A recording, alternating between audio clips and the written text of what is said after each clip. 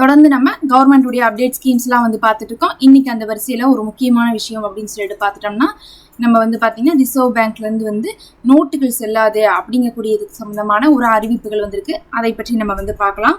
இன்னைக்கு பார்த்தீங்கன்னா இனி 50 ரூபாய், 100 ரூபாய், 200 ரூபாய், 500 ரூபாய் நோட்டுகள் செல்லாது. வரப்போகும் புதிய நோட்டுகள் ரிசர்வ் வங்கியின் அதிரடி முடிவுகள் அப்படின்னு சொல்லிட்டு வெளியாயிருக்கு நியூஸ். அதாவது நம்ம கையில் இருக்கக்கூடிய ரூபாய் நோட்டுகள்லாம் வந்து பார்த்தீங்கன்னா வெறும் பணம் கிடையாது. அது வந்து பிரிவர்த்தைக்கான ஒரு கருவி மட்டும் இல்லாமல் அது நாட்டின் பொருளாதாரத்தின் அடையாளமாக இருக்குது. அதனால யூபிஐ மற்றும் ஆன்லைன் பரிவர்த்தனைகள் அதிகரிச்சதுனால பண தேவைங்கிறது வந்து குறைஞ்சிருக்குது. இருந்தாலும் கூட நிறைய பேர் என்ன பண்றாங்க, பணம் வந்து புழங்கி கொண்டுதான் இருக்கிறாங்க. காகித நோட்டுகள் அதிகமாக யூஸ் ஆயிட்டு இருக்கு. நம்ம வச்சிருக்கிற நோட்டுகள்லாம் பாத்தீங்கன்னா காகிதத்துல செய்யக்கூடிய நோட்டுகள். உங்களுக்கே தெரியும், சில நோட்டுகள்லாம் நம்மள்ட்டே கிழிஞ்சிருக்கும். நம்ம வந்து வாங்கினோம்னா என்ன சொல்லுவாங்க, ஒரு பொருள் வாங்கிட்டு நோட்டு கொடுத்தோம்னா இல்லப்பா கிழிஞ்சிருக்கு நாங்க வாங்க மாட்டோம் அப்படின்ட்டுருவாங்க. இது ஒரு பெரிய தலைவலியாவே இருந்துட்டு இருக்குது. அப்படி இருக்கக்கூடிய அந்த காகித நோட்டுகள் வந்து பாத்தீங்கன்னா ஃபர்ஸ்ட் இவங்க என்ன நினைச்சாங்கன்னா, இந்த மாதிரி ஆன்லைன் டிரான்சாக்ஷன்லாம் வரும்போது முழுசா என்ன ஆயிரும், நோட்டே யாரும் கையில வச்சுக்க மாட்டாங்க, ஒன்னா பேங்க்ல தான் காசு இருக்கும், வீட்டுல கையில நோட் வச்சுக்க மாட்டாங்க அப்படின்னு நினைச்சிட்டு இருந்தாங்க. ஆனா அப்படிதான் நடந்துச்சான்னு கேட்டா கிடையாது. இன்னும் வந்து சிட்டி தவிர, சிட்டினா வந்து இந்த பெருசா பாத்தீங்கன்னா பெங்களூரு, சென்னை, அதுக்கப்புறம் அங்கங்க ஓரளவுக்கு வந்து பாத்தீங்கன்னா ஃபுல்லா என்ன பண்றாங்கன்னா காசு எடுத்துட்டு போறதில்ல. மத்தபடி வந்து பாத்தீங்கன்னா நல்லா படிக்கிறவங்களாம் என்ன பண்றாங்க, படிச்சுட்டு இருக்கவங்க, வேலைக்கு போறவங்களாம் வந்து ஆன்லைன்லயே டிரான்சாக்ஷன் பண்ணாலும் மத்தவங்க எல்லாம் இன்னுமே காசு வச்சுட்டு தான் வந்து என்ன பண்றாங்க, அவங்களுடைய அன்றாட செலவுகளே செஞ்சுட்டு இருக்காங்க. பார்த்தாங்க கவர்மெண்ட்டும் இது ஏதோ ஒரு இடத்துல ஆன்லைன் டிரான்சாக்ஷன் மூலமாக முழுசா பணம் எல்லாம் பேங்க்குக்கு வரும்னு நினைச்சாங்க, வரல. அதனால இப்ப என்ன பண்றாங்கன்னா இவங்களே வந்து அந்த காகித நோட்டை வந்து நாங்க ஒவ்வொரு தடவையும் அச்சடிச்சு கொடுக்குறோம், அது கிழிஞ்சிட்டு வர்றது வந்து பேங்க்குக்கு வந்து என்ன சொல்றாங்கன்னா, கிழிஞ்சது பேங்க்குள்ள வந்ததுக்கு அப்புறம் பேங்க்ல இருந்து வெளியே போக கூடாது. ஏன்னா வந்து சொல்லியிருக்காங்க ரூல்ஸ் என்னன்னா, பேங்க்குக்கு வந்து கிழிஞ்ச நோட்டு கொடுத்தாலும் வாங்கிடுவாங்க, ஆனா பேங்க் வெளியே வந்து கிழிஞ்ச நோட்டு கொடுக்க மாட்டாங்க. அவங்க உடனே பேங்க் கிழிஞ்ச நோட்டு வருதுன்னா அதை கணக்கு கொடுப்பாங்க, கவர்மெண்ட் கணக்கு கொடுத்து அந்த கிழிஞ்ச நோட்டை வந்து டிஸ்போஸ் பண்ணிட்டு மறுபடியும் புது நோட்டு வந்து தயாரிப்பாங்க, புழக்கத்துக்கு விடுவாங்க.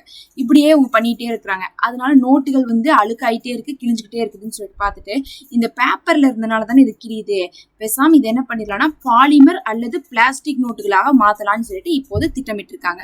அப்ப என்ன ஆகும், இப்ப நம்ம வச்சிருக்க பேப்பர் நோட்டுகள் எல்லாத்தையுமே நிறுத்திடுவாங்க, அது செல்லாது.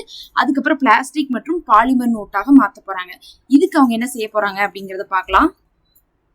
சமீபத்துல வந்து பாத்தீங்கன்னா பாட்னா மற்றும் மும்பையில வந்து ஆர்பிஐ ஆலோசனை கூட்டத்துல வந்து முடிவு பண்ணியிருந்தாங்க. பாலிமர் நோட்டுகளை குறித்தும் இன்னும் பிளாஸ்டிக் நோட்டுகளை குறித்தும் வந்து என்ன பண்றாங்க, யோசிச்சுட்டு இருந்த போது, பேசிட்டு இருந்த போது அவங்க என்ன சொல்லியிருக்காங்கன்னா, ஒண்ணு இது அழுக்காவது கிழியுது பேப்பர் நோட்டுகள், ரெண்டாவது நிறைய கள்ள நோட்டுகள் வந்து கொண்டே இருக்குது. அப்ப கள்ள நோட்டுகளை தடுக்கணும்னா நம்ம இந்த மாதிரி பிளாஸ்டிக் மற்றும் பாலிமர் நோட்டுகளுக்கு போறதன் மூலமாக கள்ள நோட்டுகளை தவிர்க்க முடியும். பேப்பர் நோட்டா இருந்தா ஈஸியா என்ன ஆயிருது, அவங்க வந்து கள்ள நோட்டு எடுக்கிறதுக்கு ஈஸியா போயிருது. இதே நம்ம சொன்ன மாதிரி பிளாஸ்டிக்லாம் இருந்தா இருக்காது அப்படிங்கக்கூடிய ஒரு முடிவுக்கு பாட்னா மற்றும் மும்பைல நடந்த ஒரு கூட்டத்துல வந்து ஆர்பிஐ வந்து என்ன பண்ணிருக்காங்க, முடிவு பண்ணிருக்காங்க. இன்னும் வந்து என்ன சொல்லியிருக்காங்கன்னா, அதாவது அந்த கூட்டத்துல 2.5 மடங்கு சொல்றாங்க, சாரி 2.5 வருஷம் கிடையாது, 2.5 மடங்கு வந்து பேப்பர் நோட்டுகளை விட இந்த பிளாஸ்டிக் மற்றும் பாலிமர் நோட்டுகளுடைய ஒரு லைஃப் இருக்குமாமா. நார்மலா நமக்கு வந்து இதை வந்து எப்படி கிழியுதோ அதை விட 2.5 மடங்கு டைம் ஆகிதான் அது வந்து கிளியறதோ இல்லை வந்து அது ஏதாவது ஆகிறதோ இருக்குமாமா. அப்படி இருக்கும்போது என்ன ஆகுனா, ஈஸியா வந்து பேப்பரை வாட்டை வந்து கிளியாம இருக்கும். கிளியாம இருந்தா என்ன பண்ண தேவையில்லை, மறுபடியும் புதுசா அச்சடிக்க தேவையில்லை. இப்போ ஒரு உதாரணத்துக்கு ஒரு 100 கோடி ரூபாய்க்கு வந்து அச்சடிக்கிறாங்கன்னு வச்சுக்கோங்க, அதுல கிழிஞ்சிட்டு வரதை அப்பப்ப அச்சடிச்சுட்டே இருப்பாங்க. 100 கோடி ரூபாய்க்கு அச்சடிச்சது போக அதுக்கப்புறம் வந்து பாத்தீங்கன்னா 6 மாசத்துக்கு ஒரு தடவை கிழிஞ்ச நோட்டெல்லாம் கலெக்ட் பண்ணிட்டு அதை ரீப்ளேஸ் பண்ணி அச்சடிச்சுட்டு இருந்தாங்க. ஆனா இது 2.5 மடங்கு வந்து அதை விட வந்து லைஃப் கொடுக்குதாமா. அதனால உங்களுக்கு அடிக்கடி வந்து அச்சடிக்கக்கூடிய செலவு நமக்கு இல்லை அப்படின்னு சொல்லியிருக்காங்க. ஏன்னா நம்ம நார்மலா பேப்பர் அச்சடிக்கிற மாதிரிலாம் அச்சடிக்க முடியாது, அதுக்கெல்லாம் வந்து நிறைய ரூல்ஸ் இருக்குது, அதுக்கு நிறைய செலவெல்லாம் இருக்குது. அதனால பாத்தீங்கன்னா முதல்ல வந்து நம்ம காயின் யூஸ் பண்ணுவோம் பாருங்க, நம்ம காயினுடைய வேல்யூ 1 ரூபா காயினுக்கு 1 ரூபாய்க்கு மேல அவங்க செலவு பண்ணி தான் அதை அடிப்பாங்களாமா. நமக்கு அந்த காயின் 1 ரூபா தான், ஆனா அதுக்கு அவங்க அடிக்கிறதுக்கு ஆகிற செலவு பாத்தீங்கன்னா 1 ரூபாய்க்கு மேல ஆயிட்டு இருந்துச்சு.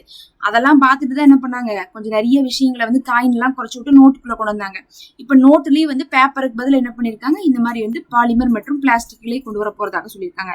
ஏற்கனவே இது வேற எங்கேயாவது இருக்கான்னு கேட்டீங்கன்னா, Australia, New Zealand, Vietnam, Romania, Bruno, Papua போன்ற 60 நாடுகள்ல இது இருக்குது.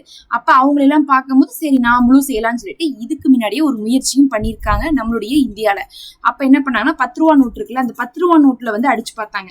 10 ரூபா நோட்டுல வந்து பாத்தீங்கன்னா 1 பில்லியன் அளவுக்கு, 1 பில்லியன்னா எவ்வளவு சொல்லலாம், 1000 கோடின்னு நினைக்கிறேன், அந்த அளவுக்கு வந்து அடிச்சு பார்த்தாங்க 10 ரூபா நோட்டை. ஏன்னா ஒரு தடவை அடிச்சாலும் 1 2 எல்லாம் அடிச்சு பார்த்துட்டு முடியாது. 10 ரூபா நோட்ல எல்லாத்தையுமே என்ன பண்ணலாம், பிளாஸ்டிக்கா மாத்தலாம்னு ட்ரை பண்ணாங்க. எவ்வளோ 2012லயே ட்ரை பண்ணவங்க ஏன் விட்டுட்டாங்கன்னா, ஏடிஎம் மிஷின்ல காசு எடுக்கும் போது அந்த 10 ரூபா நோட்ல வரமாட்டேன்ருச்சு, சிக்கிக்கிச்சு. நம்மள்ட்ட இருக்கக்கூடிய ஏடிஎம் மிஷினுடைய அமைப்புக்கு அந்த பிளாஸ்டிக் நோட்டை வந்து உள்ள தள்ளுறது வெளியே தள்ளுறது அப்படிங்கிறது அதுக்கு சிரமமா இருந்துச்சு. பார்த்துட்டு என்ன பண்ணாங்க, சரி அப்படின்னு சொல்லிட்டு அதை கைவிட்டுட்டாங்க. அந்த 2012க்கு பின்னாடி இப்ப வந்து 14 வருஷம் கழிச்சு இப்ப மறுபடியும் முடிவெடுத்திருக்காங்க. இப்ப இதை செய்ய போறாங்க. இப்ப இதை செய்யணும்னா என்ன பண்ண போறாங்கன்னா, மிஷின் எல்லாமே அதுக்கு தகுந்த மாதிரி மாத்தணுமா, மிஷின்ல ஒரு சின்ன கருவியை அதுக்காக ஆட் பண்ணுமாமா. அந்த கருவியை ஆட் பண்ணிட்டா கரெக்டா அந்த 10 ரூபா நோட்டு வெளியே வந்துடும். அப்ப வந்து 10 ரூபா நோட்டு மட்டும், இப்ப வந்து பாத்தீங்கன்னா 10 ரூபா 50 ரூபா 100 ரூபா 500 ரூபா எல்லாத்தையுமே மாத்த போறாங்க. அப்ப எல்லாத்தையும் மாத்தும் போது என்ன ஆகும்னு பாத்தீங்கன்னா, எல்லா நோட்டுக்குமே தகுந்த மாதிரி அந்த ஏடிஎம் வந்து மாத்திடுவாங்க. இது எல்லா ஏடிஎம் சென்டர்லயும் மாத்துனதுக்கு பிறகுதான் நடைமுறைப்படுத்தினா மக்களுக்கு சிரமம் இல்லாம இருக்கும்னு சொல்லிட்டு சொல்லப்படுது. இது முதல் விஷயம். அடுத்து 2வது விஷயம், இது எப்படி நடைமுறைப்படுத்துவாங்கன்னா, என்ன ஒரு தகவல் கிடைக்குதுன்னா, எப்படி வந்து நமக்கு இது 500 ரூபா நோட்டு எல்லாம் செல்லாதுன்னு அறிவிச்சாங்களோ அந்த மாதிரி இதையும் என்ன பண்ணுவாங்க, செல்லாதுன்னு அறிவிச்சுட்டு அதுக்கு பிறகு என்ன பண்ணுவாங்க, ரிலீஸ் பண்ணுவாங்கன்னு சொல்லப்படுது. அப்படி செல்லாதுன்னு அறிவிச்சாலும் கூட நமக்கு பெரிய நஷ்டம் இருக்காது. ஒரு டைம் கொடுப்பாங்க, 3ல இருந்து 6 மாசம் வரை டைம் கொடுத்து, அந்த டைமுக்குள்ள உங்களுக்கு இருக்கக்கூடிய காசுகளை வந்து வங்கியில கொடுத்து நீங்க கணக்கு கொடுத்து என்ன பண்ணிக்கலாம், மாத்திக்கலாங்கிற மாதிரி வரும். பொதுவா இப்ப நிறைய பேர் வந்து பேங்க்ல தான் வச்சுக்கிறது அப்படிங்கிறது வச்சிருக்காங்க. வச்சிருந்தாலும் கூட ஒரு சிலர் வந்து பாத்தீங்கன்னா நம்ம சொல்ற மாதிரி நார்மலா இந்த நகராட்சிகள்ல படிக்காதவங்க, பொதுவா வந்து பெரியவர்கள் இதை தான் பயன்படுத்துறாங்க, கையில தான் வச்சு பயன்படுத்திட்டு இருக்காங்க. அப்படி அளவுக்கு அதிகமா இருந்துச்சுன்னா நம்ம வந்து என்ன பண்ணணும், பேங்க்ல கொடுத்து மாத்தணும் அப்படின்னு சொல்லிட்டு கொண்டு வருவாங்க. எல்லாமே இருக்கட்டும். இது எப்ப நடைமுறைக்கு வரும்னு கேட்டீங்கன்னா, இப்பதான் ஆரம்பிச்சிருக்காங்க. கொஞ்சம் கொஞ்சமா தான் நடைமுறைக்கு கொண்டு வருவாங்களாமா. எப்படியும் 2 வருஷத்துக்கு மேலே ஆயிரும்னு சொல்றாங்க. கொஞ்சம் கொஞ்சமா 2 வருஷத்துக்கு மேலே ஆயிரும். ஏடிஎம்ல இருக்கக்கூடிய மிஷின்ல இருக்கிற அந்த ஒரு சின்ன டிவைஸை மாத்திட்டு அதுக்கப்புறம் தான் இதை வந்து ரிலீஸ் பண்ணுவாங்க. அந்த சமயத்துல வந்து என்ன மாதிரி வந்து இது பண்ணுவாங்க, எல்லாமே வந்து பேன் ஆயிருச்சு அப்படின்னு சொல்லிட்டு கவர்மெண்ட் ஃபுல்லா கலெக்ட் பண்ணிட்டு வெளியே விடுவாங்க. அப்படி இல்லாட்டினா, ஏன்னா அப்படிதான் ஆல்ரெடி என்ன பண்ணாங்க, 500 ரூபா நோட்லாம் செல்லாதுன்னு சொன்னாங்க. அப்புறம் என்ன பண்ணாங்க, 2000 ரூபா நோட்டை அவங்களே வெளியிட்டாங்க. 500 1000 செல்லாதுன்னு சொன்னாங்க. அதுக்கப்புறம் 2000 ரூபா நோட்டை அவங்களே வெளியிட்டாங்களா. அந்த மாதிரி வந்து செல்லாதுன்னு சொல்லி ஒரு குறிப்பிட்ட டேட் கொடுத்து கலெக்ட் பண்ணிட்டு வெளியே விடுறதுக்கு வாய்ப்பு இருக்கு. அப்படி இல்லாட்டினா வர்றது எல்லாத்தையும் ரீப்ளேஸ் பண்றதுக்கு வாய்ப்பு இருக்கு. ஒரு குறிப்பிட்ட நாளுக்குள்ள நீங்க வந்து பேங்க்ல தான் வந்து கொடுக்கணும் இல்லை. நீங்க வந்து இப்போ ஒரு உதாரணத்துக்கு சொல்லணும்னா, இப்போ டிசம்பர்ல அது நடைமுறைக்கு வருதுன்னா, அடுத்து வந்து ஒரு மார்ச் வரை நீங்க என்ன பண்ணணும், நீங்க வந்து செலவு பண்ற காசெல்லாம் வந்து என்ன பண்ணிடுவாங்க, கவர்மெண்ட் வந்து அதை கலெக்ட் பண்ணி அதுக்கு பதில் வந்து வெளியே விடுறதெல்லாம் பிளாஸ்டிக் நோட்டா வெளியே வந்துகிட்டே இருந்துச்சுன்னா, வாங்குறதெல்லாம் வந்து காகித நோட்டா இருந்துச்சுன்னா ஒரு டேட்குள்ள எல்லா காகித நோட்டையும் கொடுத்துருங்க, கொண்டு வந்து ஒப்படைச்சிருங்கன்னு சொன்னாங்கன்னா அதோட நம்ம பொருளாவும் வாங்கிக்கலாம், ஒப்படைச்சிடலாம், கணக்கு கொண்டு போயிடலாம், பேங்க்குள்ள போட்டுடலாம். இப்படி பண்ணிட்டாங்கன்னா கூட என்ன பண்ண முடியும், நடைமுறைப்படுத்த முடியும். பார்க்கலாம் எப்படி இவங்க வந்து நடைமுறைப்படுத்த போறாங்கன்ட்டு. வெறும் வந்து நோட்டு மட்டும் மாத்தணும்னா நம்ம சொன்ன மாதிரி இப்படி கூட பண்ணுவாங்க. அப்படி இல்லாட்டினா என்ன பண்ணுவாங்கன்னா, ஃபர்ஸ்ட் வந்து இந்த கணக்குல வராத நோட்டெல்லாம் வந்து சொன்னாங்களே, கள்ள நோட்டெல்லாம் கண்டுபிடிக்கணும், அப்படி இருந்தா அது வேற மாதிரி கண்டுபிடிப்பாங்க. அது எப்படி இருந்தாலுமே வந்து பாத்தீங்கன்னா பெருசா மக்களுக்கு எந்த ஒரு பாதிப்பும் இருக்காது. கரெக்டா வந்து கொடுத்து வாங்கிக்கிற மாதிரி இருக்கும். யாராவது பதுக்கி வச்சிருக்காங்க காசு அப்படின்னா தான் அவங்களுக்கு தான் சிரமம் இருக்கும். எப்படியும் வந்து இது 1ல இருந்து 2 வருஷத்துக்குள்ள நடைமுறை பண்றதுக்கான எல்லா வேலைகளையும் ஆரம்பிச்சிட்டாங்க. இனிமேல் வந்து பாத்தீங்கன்னா இன்னொரு 1-2 வருஷத்துக்குள்ள நமக்கு முழுசா பிளாஸ்டிக் நோட்டுகளாக மாறிடும். இப்போதைக்கு நம்ம பணம் எல்லாமே செல்லும், நம்ம போய் வாங்கலாம், எல்லாமே பண்ணிக்கலாம். அதுக்கப்புறம் அந்த அறிவிப்பு வரும்போது பாத்தீங்கன்னா செல்லாது. அந்த அறிவிப்பை இப்ப கொடுக்க மாட்டாங்க. 1 வருஷத்துல இருந்து 2 வருஷம் ஆகும். ஆனா அதற்கான முயற்சிகளும் வேலைகளும் இன்னில இருந்தே ஆரம்பிச்சிருச்சுன்னு சொல்லிட்டு தெரிஞ்சுக்கோங்க.